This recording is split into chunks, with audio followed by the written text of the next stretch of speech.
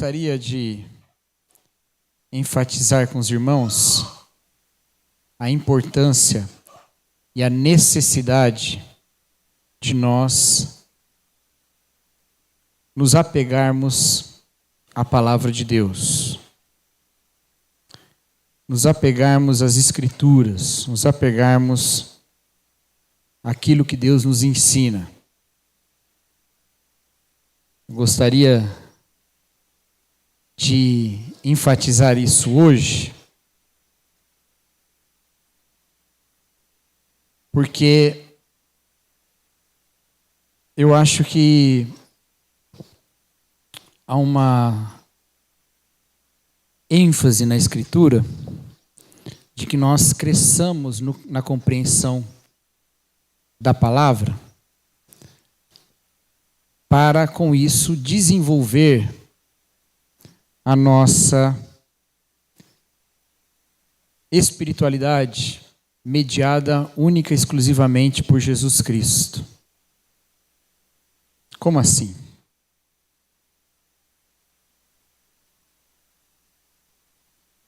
É quase como se durante toda a Escritura Deus estivesse entregando ao seu povo a sua palavra escrita, para com isso minimizar a carnalidade de figuras de liderança.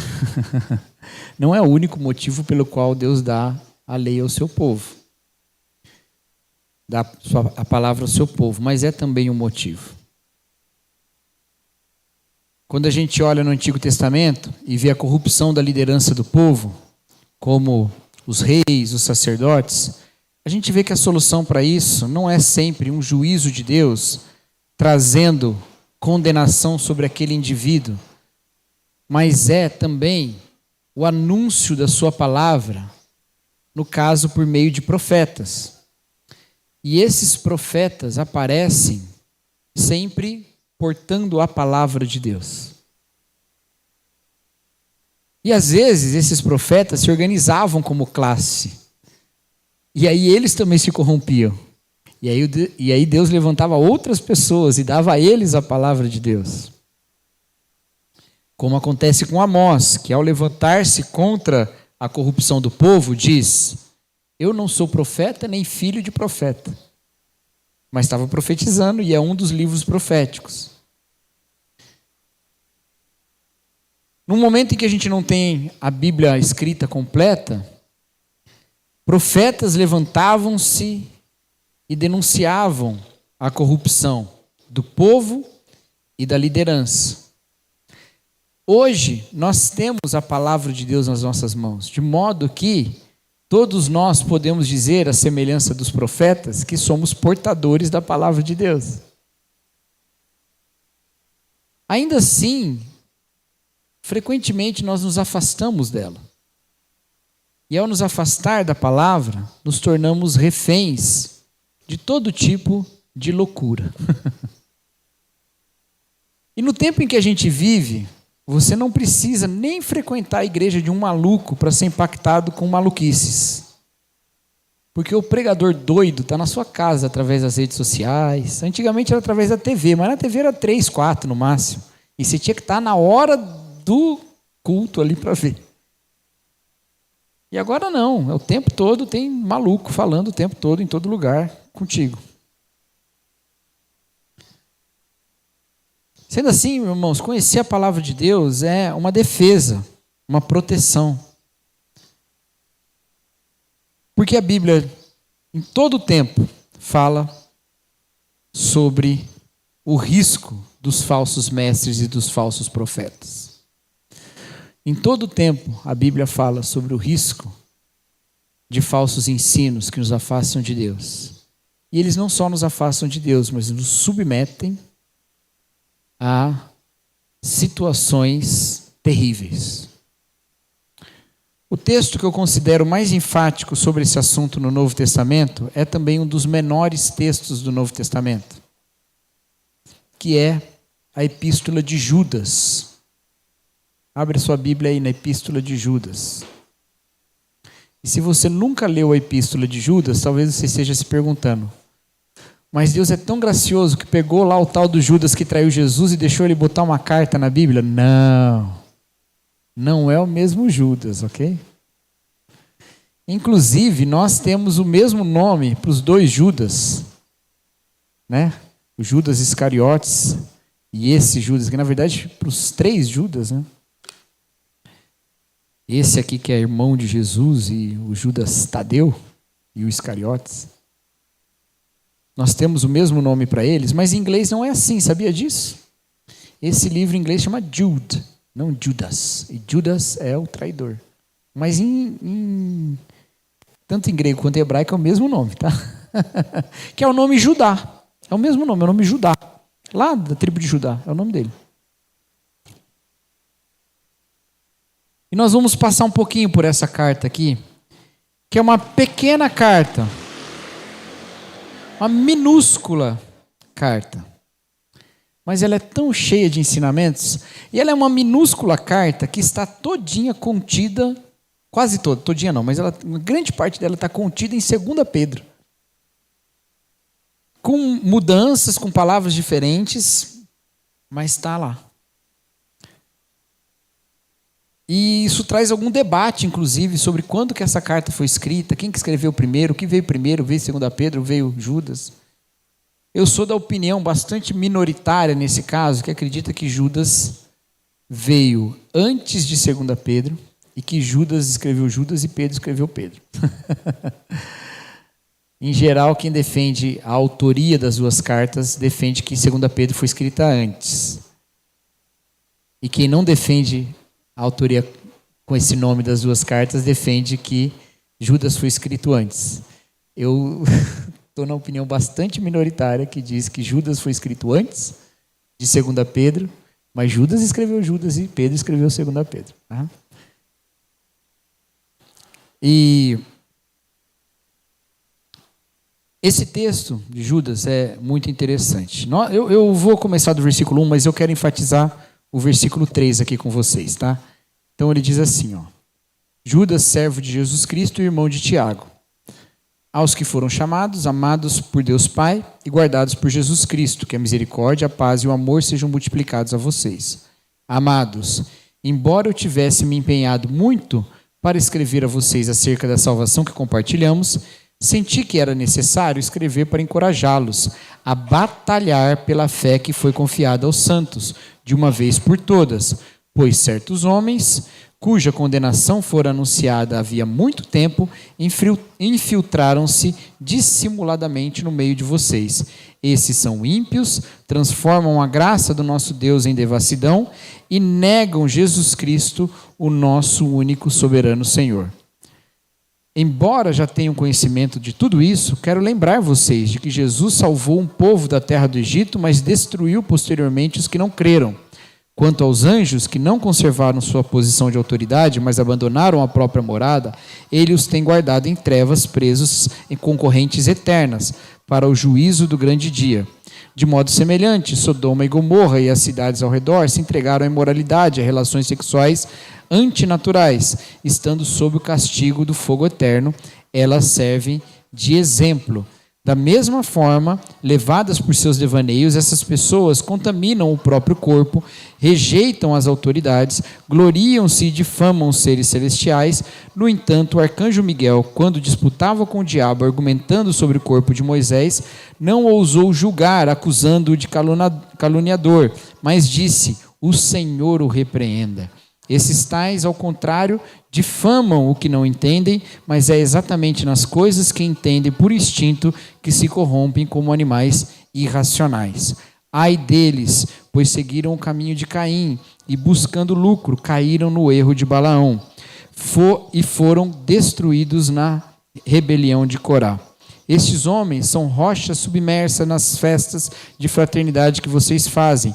Come com vocês sem temor algum, de modo que pastoreiam a si mesmos. São nuvens sem água, carregado pelo vento, de um lado para o outro. Árvores de outono sem frutos, 2 vezes mortas, arrancadas pela raiz. São ondas bravias do mar que espumam seus próprios atos vergonhosos.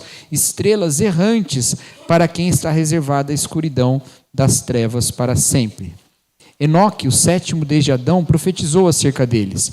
Vejam, eis que o Senhor vem com seus milhares de santos para julgar todos e convencer cada um dos ímpios a respeito de todos os atos de impiedade que eles cometeram impiamente e acerca de todas as palavras insolentes que os pecadores ímpios falaram contra ele.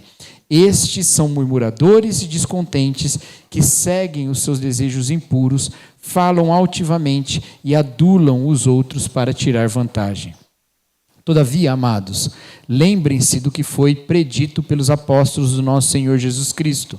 Eles diziam a vocês: nos últimos tempos haverá zombadores que seguirão seus próprios desejos ímpios. Esses são os que causam divisões entre vocês, os quais se deixam levar por seu instinto natural, pois não têm o Espírito. Quanto a vocês, amados, edifiquem-se na santíssima fé que vocês têm, orando no Espírito Santo. Mantenham-se no amor de Deus enquanto aguardam a misericórdia do nosso Senhor Jesus Cristo para a vida eterna. Tenham compaixão daqueles que duvidam. Salvem outros, arrebatando-os do fogo. A outros ainda mostrem misericórdia com temor, odiando até a roupa contaminada pela carne.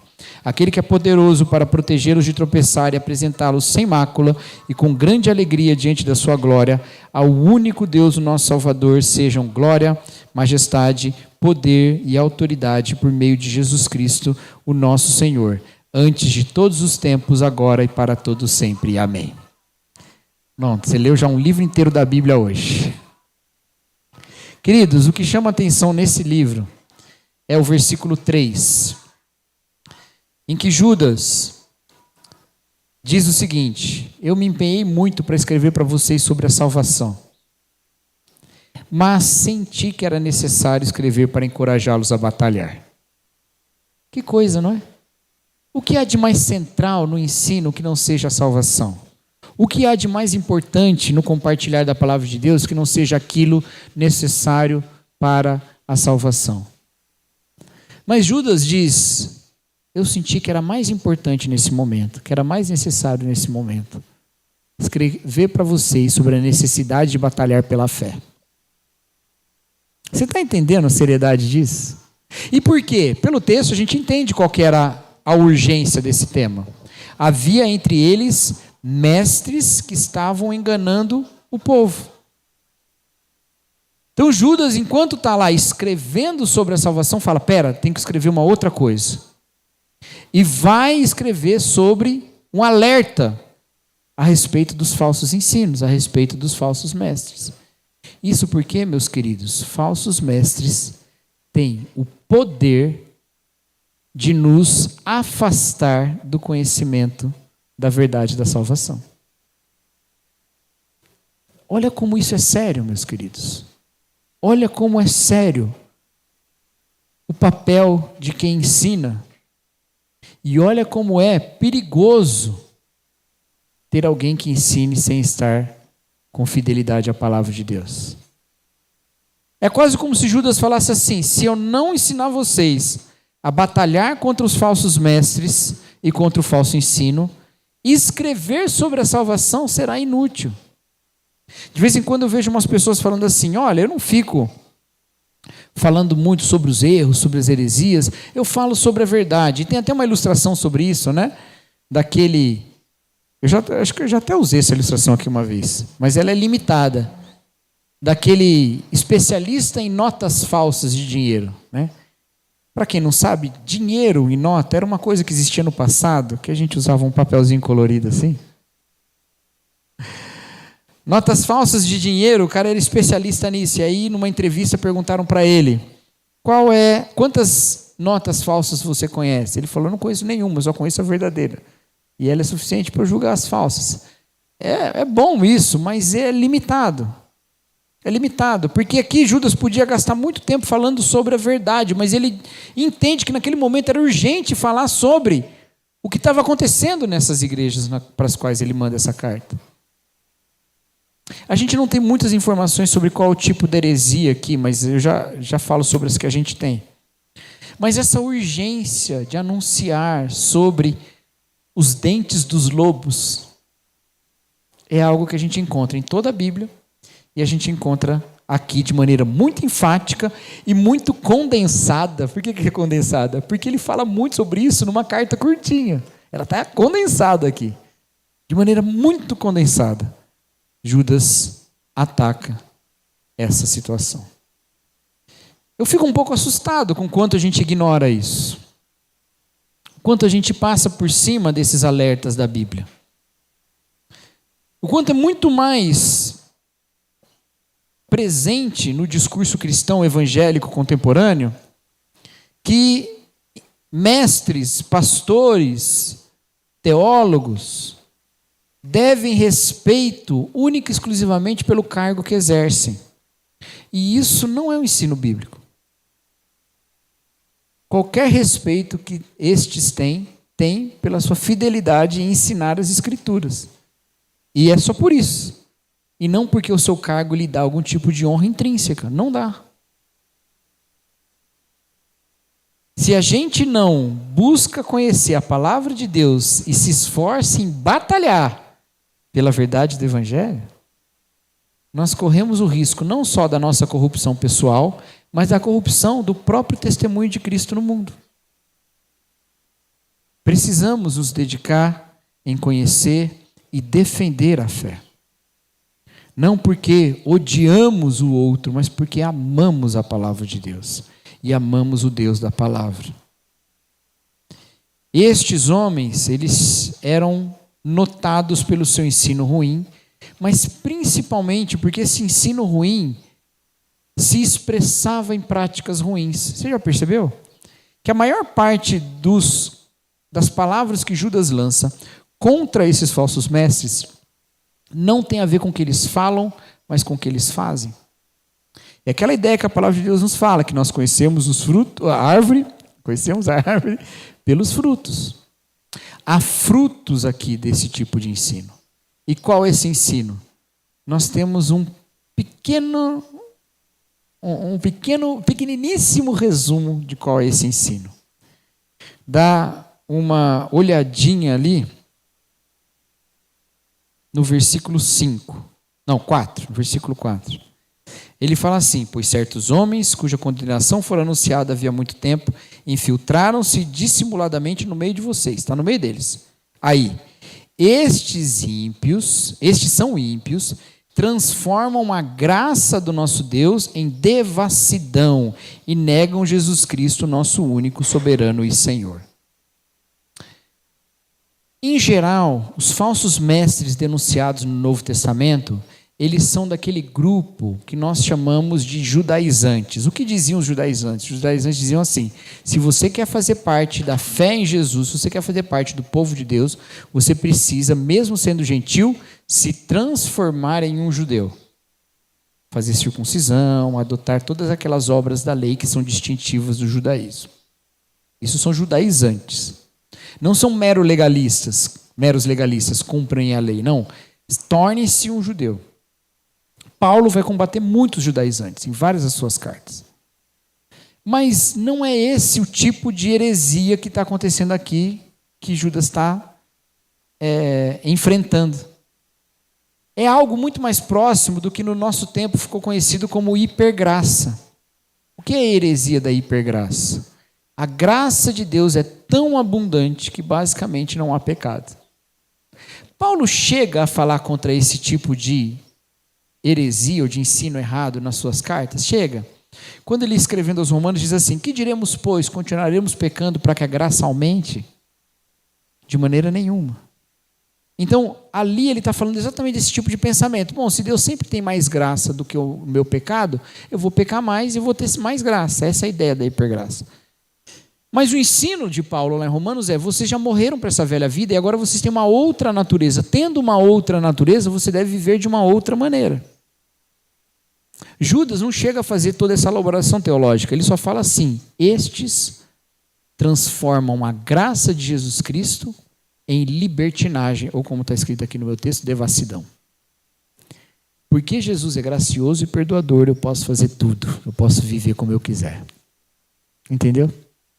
É esse o problema desse ensino. E eles, se tem uma coisa que a gente não pode dizer, é que eles não viviam dessa maneira, porque pela descrição da forma como eles viviam basicamente também cumprindo esse tipo de doutrina. Porque eles se entregavam às suas paixões. Tanto que os exemplos que Judas vai dar aqui são exemplos que envolvem pecados, que são pecados que tocam aspectos da libertinagem moral do tempo. Pecados sexuais, por exemplo. Ele traz Sodoma e Gomorra para falar disso. Ele fala dos anjos que abandonaram os seus postos. Ainda que o texto em Gênesis não seja muito claro sobre o que significa filhos de Deus e filhos dos homens, né? Fala lá em Gênesis capítulo 6, filhos de Deus tiveram filhos com as filhas dos homens. Alguns acham que são anjos tendo filhos com mulheres ou coisas do tipo. Ainda que não esteja muito claro em Gênesis e há debate sobre isso, Judas parece que tem essa interpretação. E por que parece que Judas tem essa interpretação? Porque Judas está usando aqui uma fonte muito típica do judaísmo do primeiro século, que é o livro de Enoque, 1 Enoque. E no livro de 1 Enoque, essa história desses anjos que tomam forma humana, que se envolvem com as mulheres, é uma interpretação de Gênesis que o livro de Enoque faz. Então o Judas, que cita Enoque mais à frente algumas vezes, está usando esses exemplos que parecem bem conhecidos dos seus destinatários para falar, olha, Deus não é assim não. Deus leva a sério uma série de coisas. Inclusive aqui os aspectos da vida moral. Uma outra questão que ele traz é da devassidão do ponto de vista da gula. Gula, meus irmãos, é um pecado que a gente não entende. A gente não entende a gula, né? E é necessário que eu tenho boas notícias para vocês, tá? Eu tenho boas notícias. Não fiquem tão preocupados com o que eu vou falar, que vocês já estão pensando no almoço, né?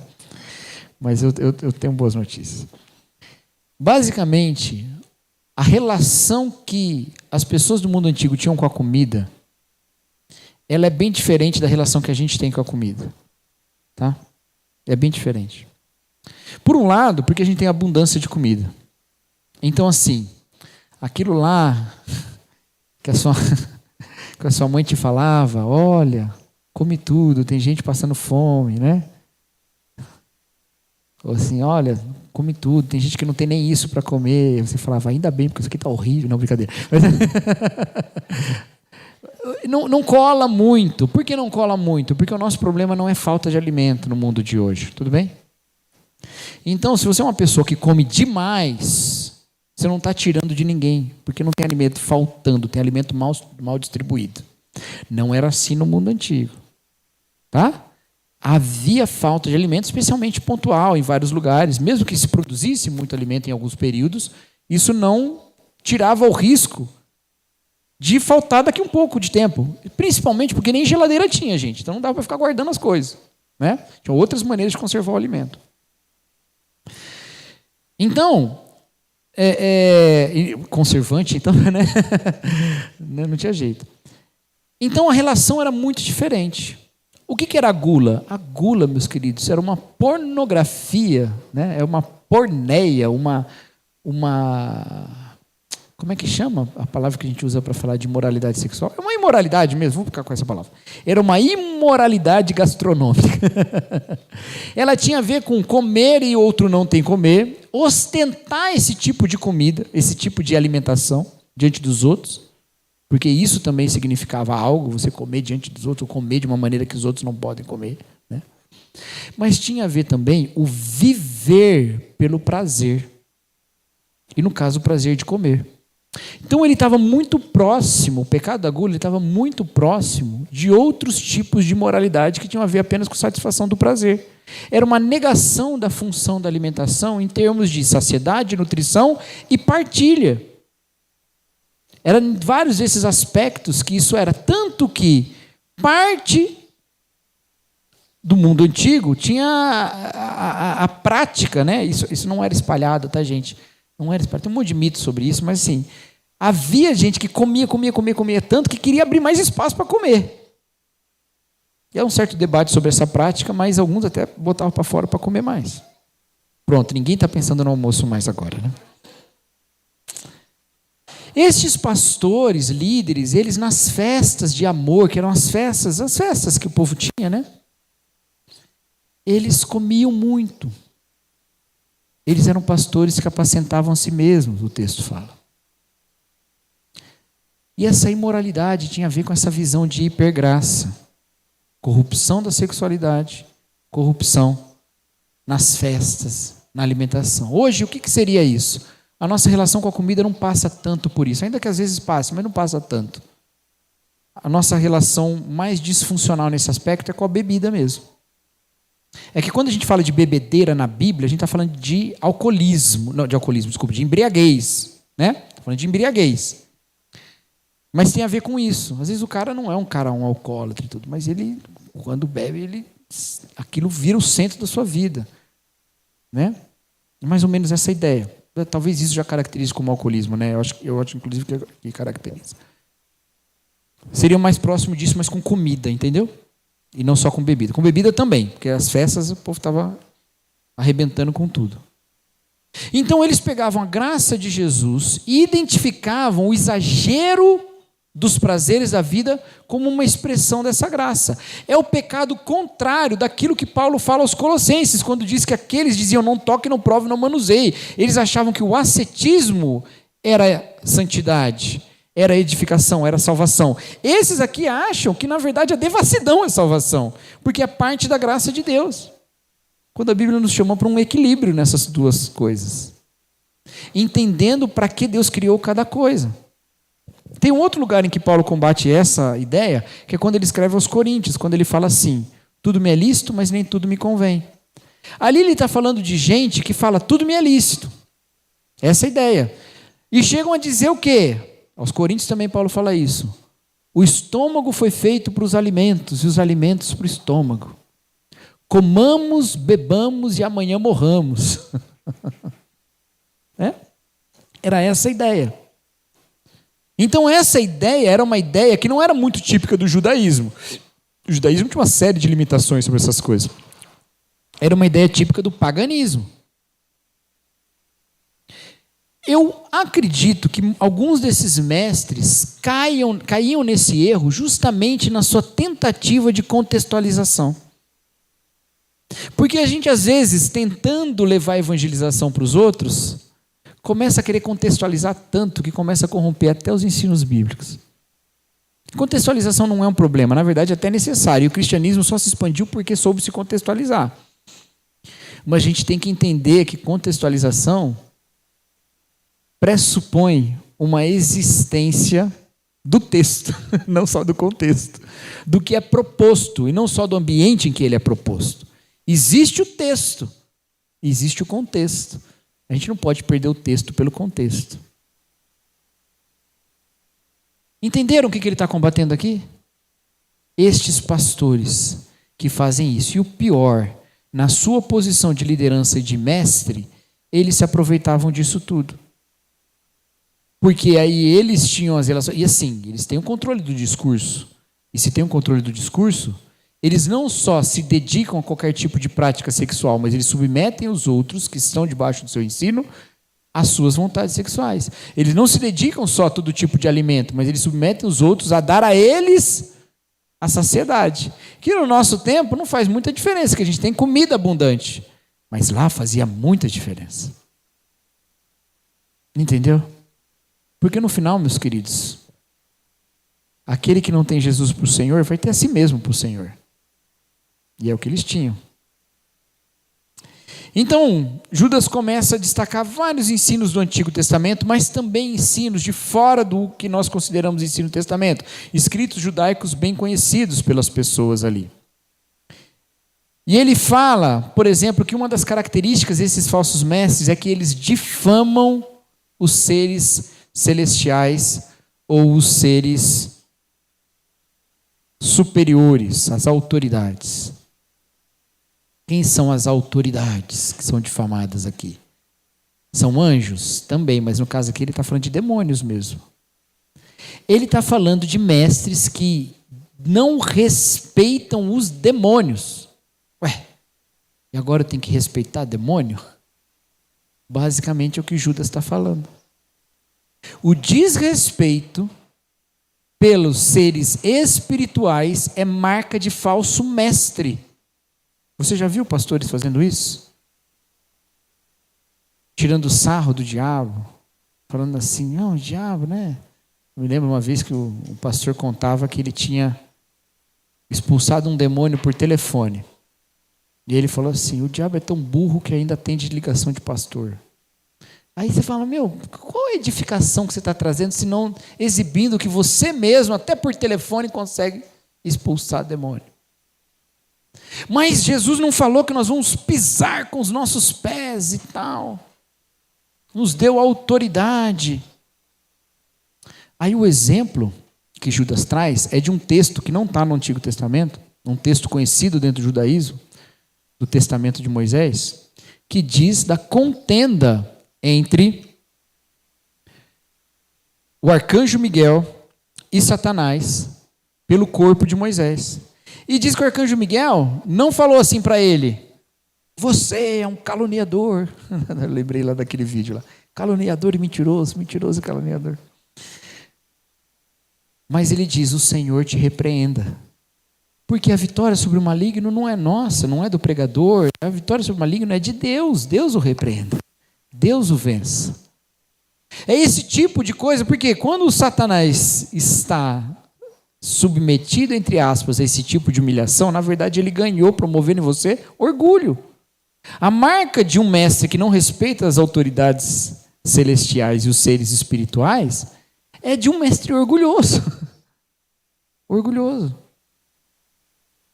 Olha que doideira isso aqui, Judas está destacando isso. E o que a gente mais vê, gente, é pregador se utilizando dessas imagens de seres espirituais para trazer para si mesmo a honra, o poder, a glória. E fazem isso humilhando, entre aspas, os demônios, quando na verdade eles não estão humilhando os demônios que estão vencendo, produzindo nele orgulho e engano no povo. Eu acho que por trás disso está a espetacularização do exorcismo também, viu, meus irmãos? Não é só falas que são falas humilhantes. É transformar a vitória sobre, eu estou usando muitas aspas aqui, né? A vitória sobre o demônio como um espetáculo. Tem ensinamento para a gente fazer isso. Mas é marca de falsos mestres muito presente no nosso meio. Judas está dizendo que isso é marca de falso mestre. E aí ele diz, como são estes?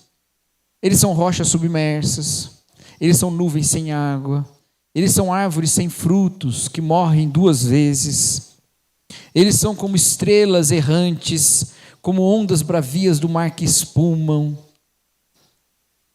Eu já vi pregação que pega cada trechinho desse e fala uma característica do pastor, mas não é isso que Judas está fazendo aqui. Ele está indo lá no texto de Enoque de novo, em que Enoque faz um discurso muito bonito, Enoque não, né? O autor do livro de Enoque, faz um discurso muito bonito dizendo assim, olha só a natureza, olha como as árvores dão fruto na estação certa, mas no período em que elas não dão frutos, elas morrem e ficam mortas. Exceto, se eu não me engano, são 14 tipos de árvore que ele fala lá que não morrem, que dão um fruto o ano inteiro. 14 ou 12, não me lembro. Ele fala, mas olha, elas ficam mortas esse período todo, período do inverno, e depois elas vivem de novo. Aí ele diz, olha só como as estrelas guardam o seu lugar no céu. Olha só como quando as nuvens aparecem, chove. Enoque está dizendo, olha como toda a natureza segue a lei de Deus e vocês não querem seguir. Está lá no livro de Enoque. Tem ele em português na internet, vocês podem ler. Pelo menos essa parte, bem no comecinho. Não precisa ler o livro todo, não. Essa parte. Aí, Judas, de maneira muito bonita, ele pega e fala, mas esses são nuvens sem água. Esses são árvores que não morrem só o período em que as árvores morrem, eles são 2 vezes mortas, sem fruto. Esses são como as ondas que espumam, porque ele diz que o mar também vai até um ponto e volta. Enoque, o livro de Enoque fala, né? E Judas está falando, eles são espumantes, não serve, não faz nada, só espuma. Eles são rochas submersas.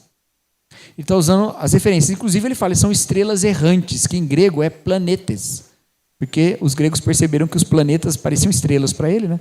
Mas eles mudavam de posição, né? Porque tem órbita, né? As estrelas estão no lugar. Eles são estrelas errantes. Além deles não poderem seguir a ninguém, mas não é isso que ele está dizendo aqui. Eles estão falando, eles são aqueles que não se submetem à própria palavra de Deus. E vocês estão seguindo eles. É como seguir a natureza em colapso. Como se tudo que Deus criou se levantasse contra Deus mesmo. É isso que eles estão fazendo. É isso que eles estão fazendo.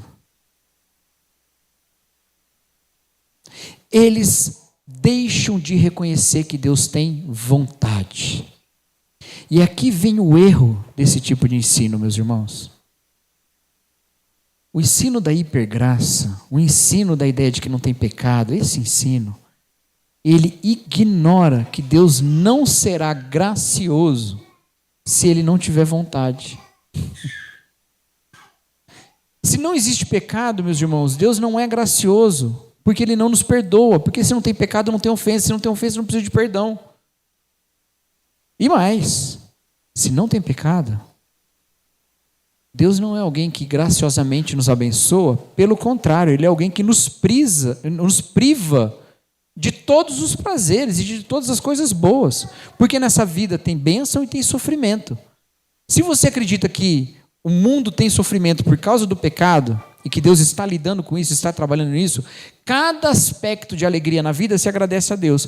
Mas se você entende que o pecado não existe, você fala, todo sofrimento que existe no mundo só existe porque Deus não está deixando a gente ter mais prazer. Aí ao invés de falar, Deus, obrigado pela sua graça, a gente fala, Deus, cadê meu direito? Deus não é gracioso se o pecado não existe. E é por isso que aqueles que ensinam que não existe pecado, eles estão fazendo uma caricatura horrível de Deus. Horrível. Ou então eles vão ter que dizer que Deus está, de alguma maneira, impossibilitado de fazer o bem. Ele quer, mas ele não pode. Aí é um outro problema. Está vendo como o falso ensino nos impede até de conhecer o próprio caráter benéfico e gracioso de Deus? Porque Deus tem vontade. Porque Deus tem lei. Porque Deus tem moral, tem ética. Mas Ele tem uma coisa que nós somos incapazes de produzir a não ser nele. Ele tem perdão, Ele tem graça, Ele tem misericórdia.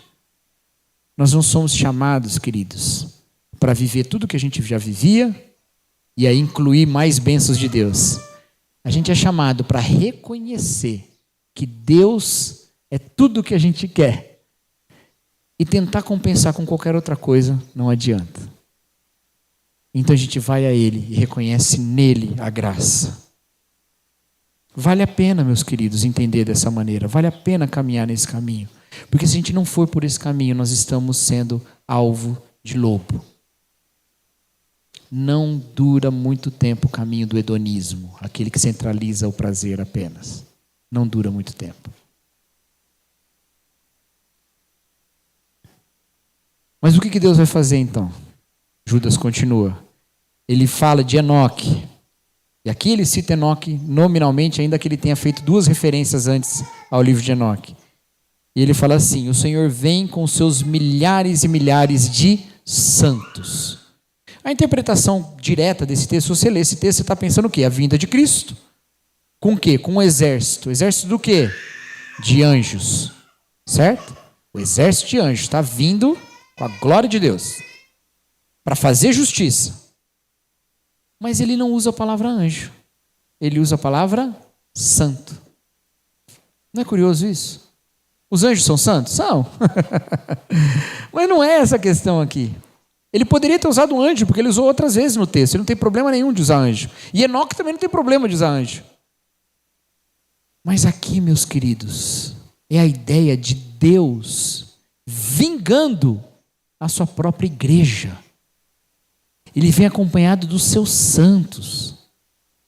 Não é que os santos de Deus salvos vão vir com espada na mão, passar espada em todo mundo, não é essa a ideia. É a ideia de que quando a igreja é perseguida, enganada, prejudicada, é Deus mesmo que está sendo atacado. E quando Deus vem fazer justiça, é a justiça dos santos. Assim como lá em Apocalipse, quem está diante do trono de Deus pedindo justiça são os santos que morreram perseguidos. Assim como quando Paulo estava lá no caminho de Damasco, Jesus Cristo aparece para ele e não fala assim: Saulo, Saulo, por que persegue os meus? Saulo, Saulo, por que persegue a minha igreja? Não, Saulo, Saulo, porque me persegues. Judas está dizendo: não vá pelo caminho de prejudicar as ovelhinhas de Jesus. Não vá pelo caminho de lesar a igreja de Cristo, de enganar, de submeter a sua própria vontade, porque Deus está preparando vingança contra eles. E isso está ficando muito sério sobre falsos mestres. Aqueles que enganam o povo, aqueles que submetem o povo às suas vontades, às suas ideias e não à palavra de Deus. Porque agora ele está comprando briga com Deus mesmo. É sério isso. É sério. Judas está falando: cuidado, queridos, não entra por esse caminho. Não vai por esse caminho. Porque este caminho dará no final de Deus vindo contra estes. Então o que nós faremos? A partir do versículo 17 ele fala: lembre-se do que foi predito pelos apóstolos do nosso Senhor Jesus Cristo. Eles diziam a vocês: nos últimos dias haverá zombadores que seguirão seus próprios desejos ímpios. Esses são os que causam divisões entre vocês, os quais se deixam levar por seu instinto natural, pois não têm o Espírito. Agora, quanto a vocês, amados, edifiquem-se na santíssima fé que vocês têm, orando no Espírito Santo. Mantenham-se no amor de Deus enquanto aguardam a misericórdia do nosso Senhor Jesus Cristo para a vida eterna.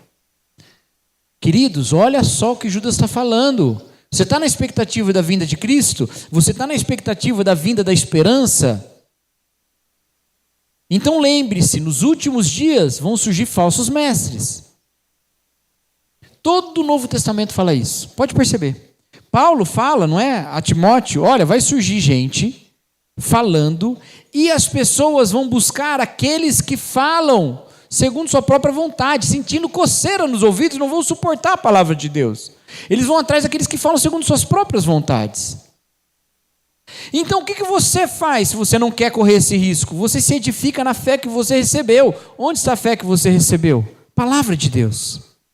Edifique-se na fé que você recebeu, orando no Espírito Santo.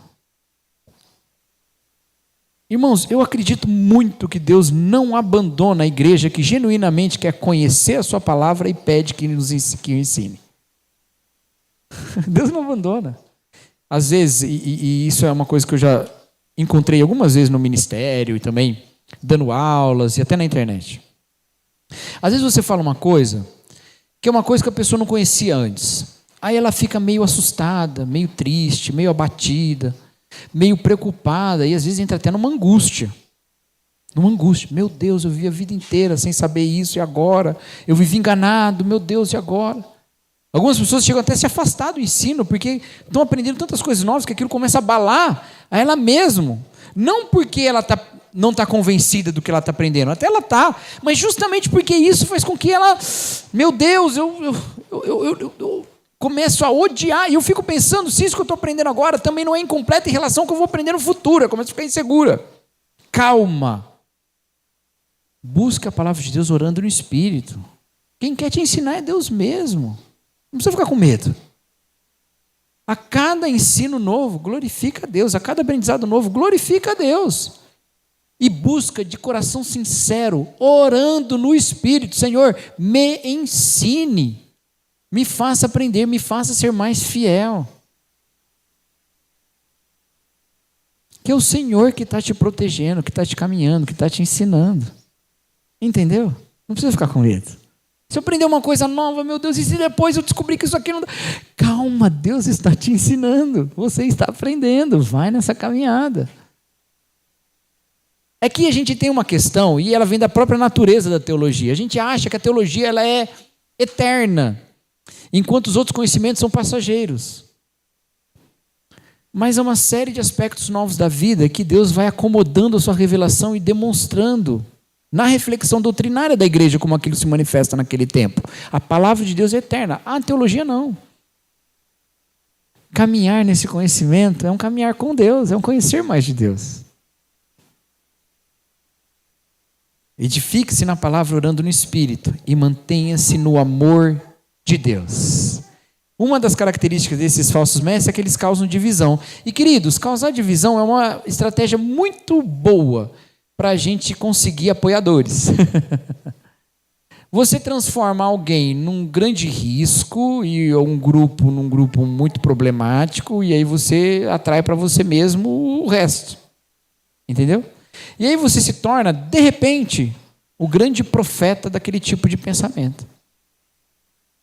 Se você não tem a prática de conferir na Escritura se aquilo está certo, a divisão vem e vai se formando guetos que são dominados por gurus.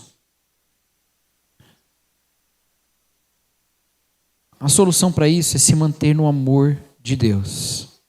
Mantenha-se no amor de Deus. Falsos mestres costumam pôr certas questões sobre a vida em amor. Busca a palavra de Deus, o que a palavra de Deus fala sobre amar e sobre estar no amor de Deus. E aí ele fala, mas como é que a gente lida com as pessoas que já estão enganadas? Versículo 22. Tenham compaixão daqueles que duvidam. Salvem outros arrebatando-os do fogo. Então olha só. São 3 grupos aqui, tá? São os que duvidam, os que são arrebatados do fogo e os que a gente demonstra misericórdia. Em 3 grupos. O primeiro grupo é os que duvidam. Eles não foram ainda enganados. Eles duvidam, eles estão em dúvida. O que você faz? Você mostra compaixão. Esse seria o grupo mais fácil de lidar e é onde a gente já começa a errar, porque a gente entende que dúvida já é queda. Se alguém está duvidando, ele já está com problema. Ih, sério que você está dando ouvido para essas ideias? A gente não dá ouvido, as pessoas é que falam e chegam no nosso ouvido. E isso traz às vezes dúvida. Sem compaixão, queridos, sem criar na igreja um ambiente que é um ambiente saudável para dúvidas sinceras, a gente já está errando aqui no começo. A gente já está perdendo. Já está jogando para o fogo uma galera que nem está no fogo ainda. Agora, há outros que já estão lá no fogo. E aí você tem que arrancar eles de lá. Você tem que entrar, agarrar o cara e tirar de dentro do fogo. Arrebata do fogo. A ideia é essa mesmo, é arrancar do fogo.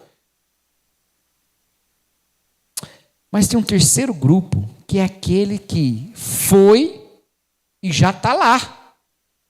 E meio que não dá para, ele não se deixa tirar não, pelo contrário, ele resiste, ele ficou lá no fogo.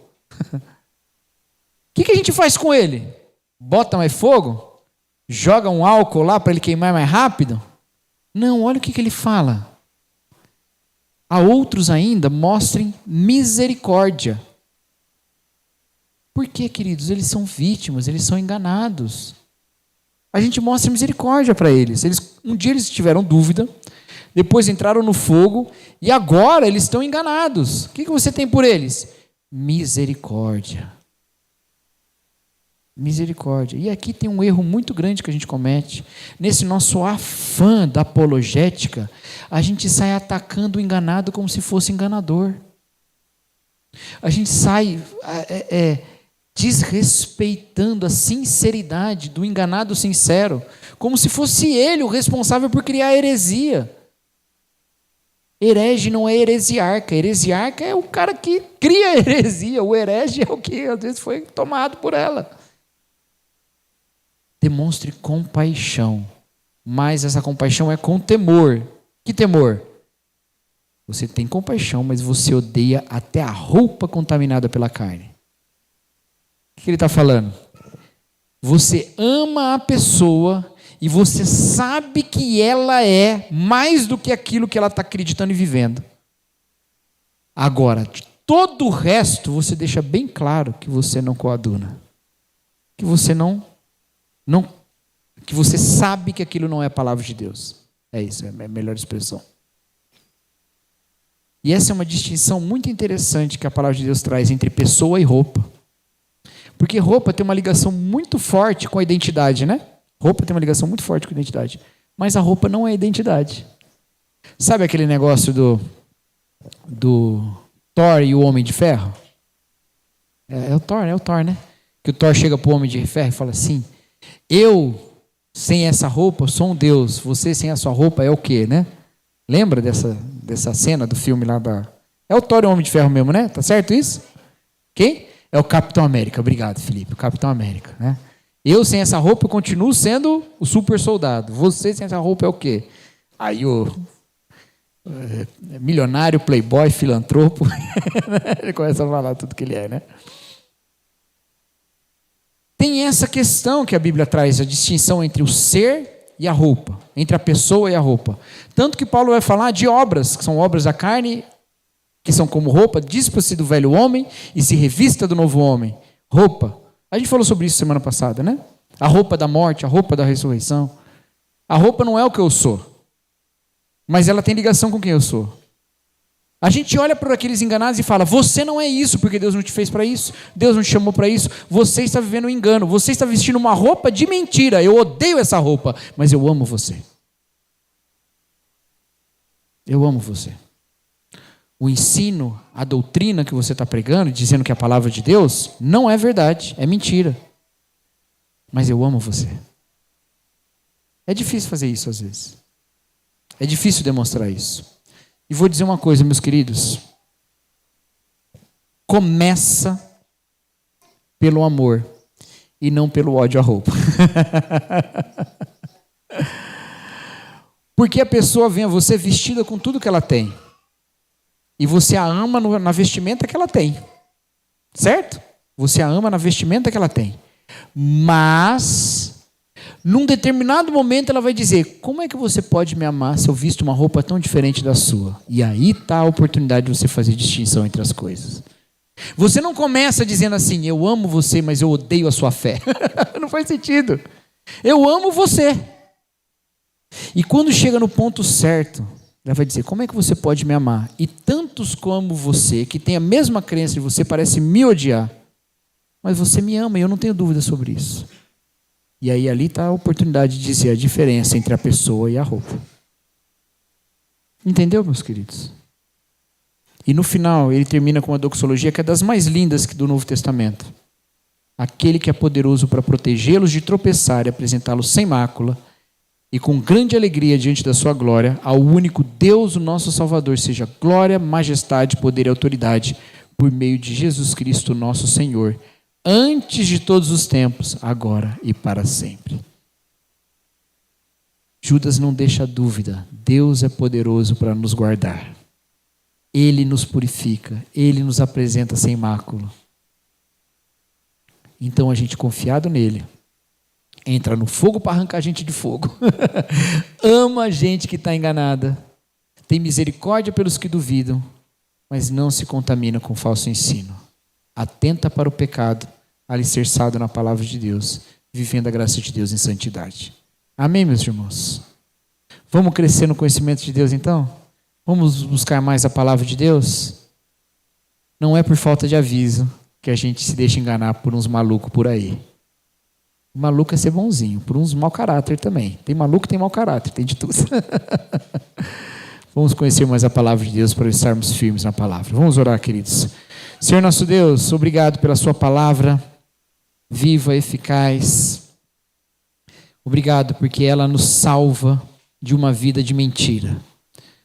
Que o Senhor faça de nós, ó Deus, pessoas que ao conhecer o Senhor, vivem de acordo com a sua vontade, se afastando, ó Deus, do pecado e cumprindo, ó Pai, a sua palavra sendo nós mesmos, ó Deus, cartas vivas. O Senhor é poderoso para nos guardar de tropeçar e nos guardar de toda mácula. Que o Senhor nos guarde assim. Essa é a nossa oração em nome de Jesus Cristo. Amém.